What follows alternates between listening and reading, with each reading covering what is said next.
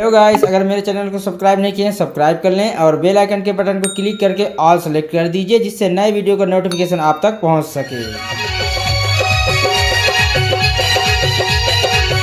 सहयोगी कलाकार होंगे दिव्या जी और साथ में रानी काय बता तो तुला देख के मला कुछ बोले के मन लगते यार। आते जन बैठे हैं तो नहीं देखा।